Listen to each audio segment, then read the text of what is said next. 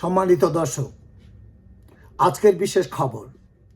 বিশ্বস্ত সূত্রে জানা যায় সচিবালয়ে নিহত হওয়া কুকুরটির পোস্টমর্টেম রিপোর্ট কর্তৃপক্ষের হাতে পৌঁছে গেছে। পোস্টমর্টেম রিপোর্টে কুকুরটির মৃত্যুর আসল রহস্য বেরিয়ে আসে।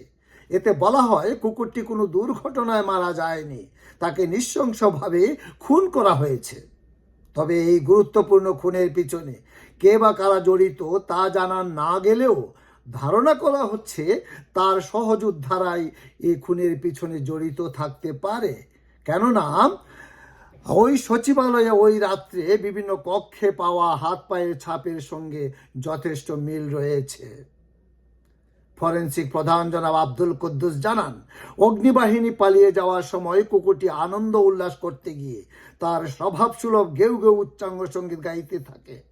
কুকুরের এই অসময়ে সঙ্গীত সাধনায় সহপাঠীরা তার প্রভুরা ভীত সন্ত্রস্ত হয়ে পড়ে এবং পালাতে গিয়ে কুকুরটি আরো বিপদ ডেকে আনতে পারে বিধায় তাকে নির্মমভাবে হত্যা করে লাশ ফেলে রেখে যায়।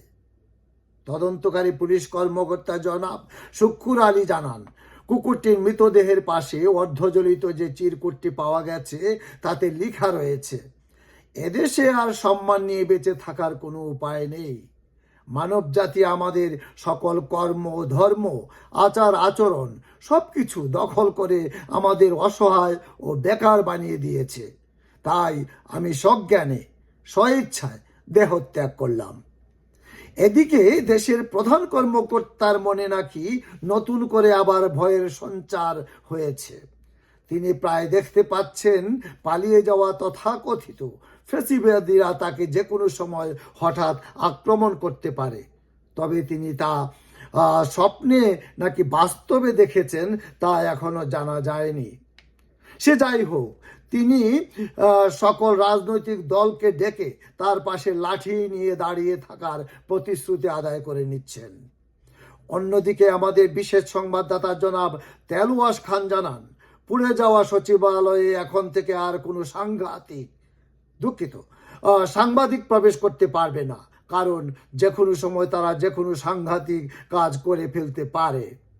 জানা গেছে প্রধান কর্মকর্তার হৃদকম্পনের এটাও একটা কারণ।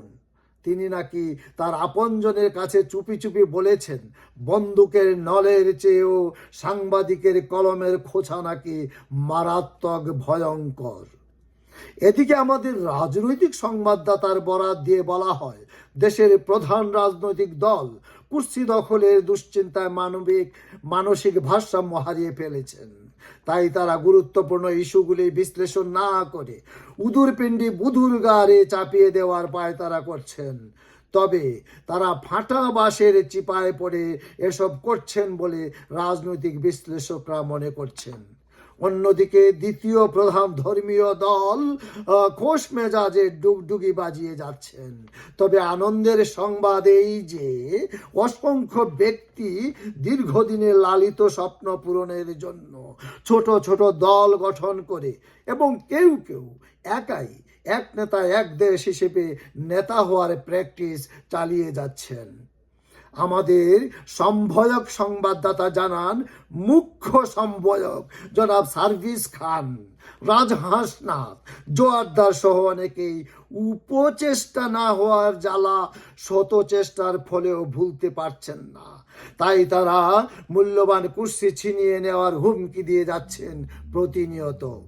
তবে নিন্দুকেরা বলে সচিবালয়ে আগুন লাগিয়ে সম্ভয়করা কুর্সি ছিনতাইয়ের সম্ভয়ক ট্রেলার দেখিয়েছে।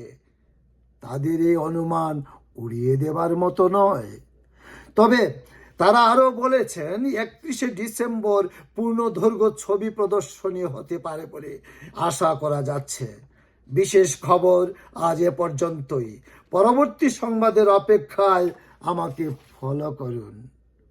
এই পর্যন্ত আপনারা ভালো থাকুন, সুস্থ থাকুন এবং নিরাপদে থাকুন। আপনাদের সবাইকে ধন্যবাদ।